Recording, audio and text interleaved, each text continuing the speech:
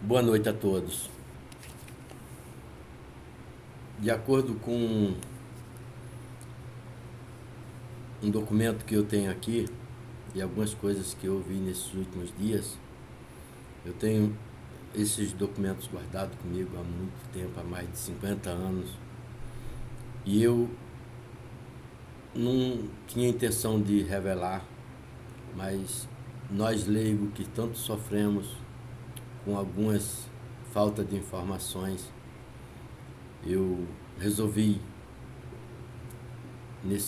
daqui para frente fazer uma revelação do que ocorreu nos concílios da Igreja Católica do apóstolo Pedro até o último, que foi o Concílio Vaticano II.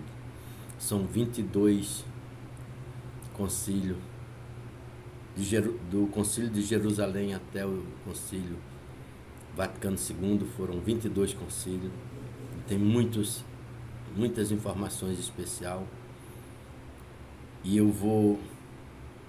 cada dia eu vou oferecer um para nós, leigo, que temos muita dificuldade de obter informações que sirva para nosso bem espiritual.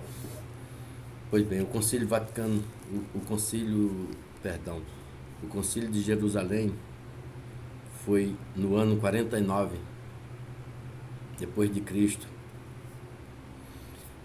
Assim falou Jesus aos apóstolos após a ressurreição: toda a autoridade foi me dada no céu e na terra. E depois ensinai a todas as nações, batizai-as em nome do Pai, do Filho e do Espírito Santo.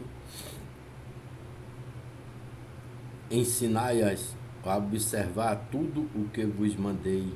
Eis que estou convosco todos os dias até a consumação dos séculos. Mateus 28, 18 a 20. Subindo ao céu em 20 de maio do ano 30, Jesus mandou 10 dias depois, na solenidade de Pentecoste, o Espírito Santo aos apóstolos e a seus discípulos, que principiaram a pregar o Evangelho. Assim se constituíram as comunidades cristãs em Jerusalém, na Judéia e na Palestina. Os primeiros cristãos foram, pois, judeus, isto é, hebreus circuncisos, que receberam o batismo e se empenharam a pregar toda a doutrina de Jesus. Até aí, nenhuma questão.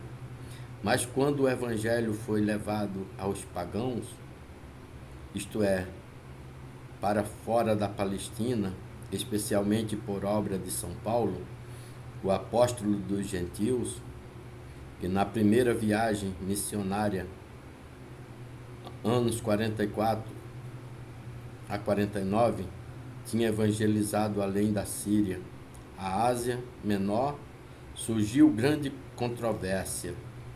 Paulo acolhera na igreja os pagãos, administrando-lhe somente a crer em Jesus Cristo e a praticar o Evangelho.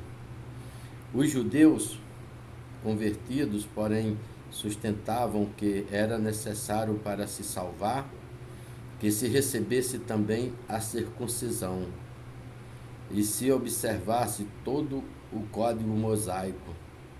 Daí resultou ásperas discordância, não só disciplinar como dogmática, a questão de fé.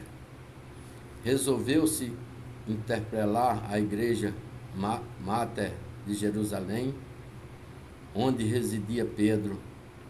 Eis o concílio de Jerusalém. Saíram para a capital Paulo e Barnabé, de Antioquia da Síria, em Jerusalém. Foram escolhidos por Pedro, por Tiago Menor e por João. Acendeu-se ampla discussão.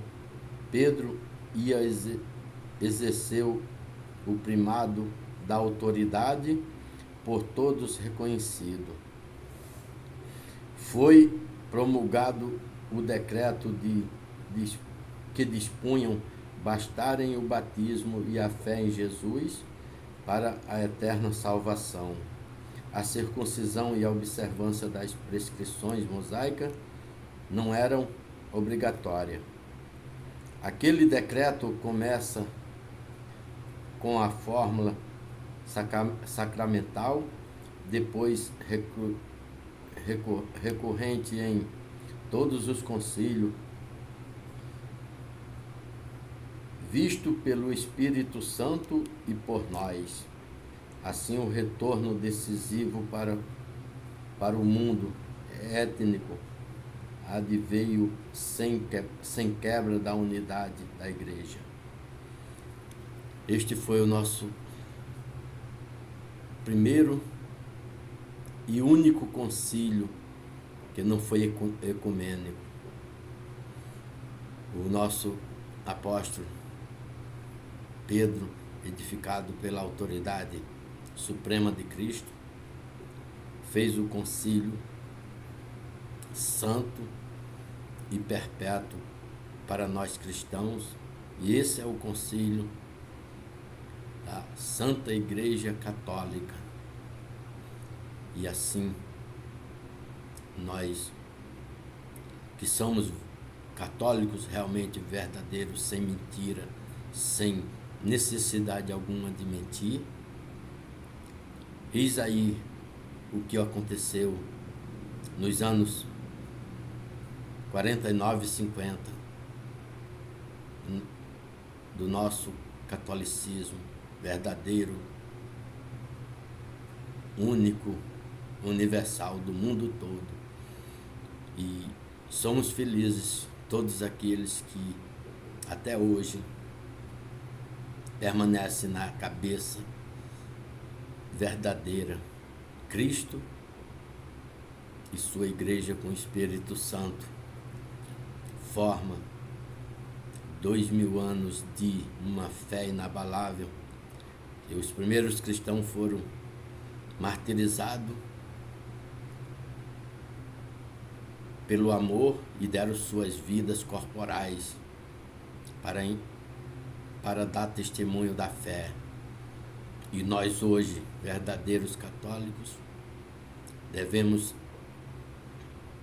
honrar esses mártires do primeiro século, nós honrando, trazendo a igreja de Pedro, fundada por Cristo, em nossos corações, viva e ressuscitada para dentro de nós, sem mancha e sem nenhuma mácula. Amém. Uma boa noite a todos, e amanhã vou passar para vocês o primeiro concílio ecumênico de Nicéia, em 325. Fique com Deus a todos e salve Maria Santíssima, Rainha dos Anjos e dos Homens.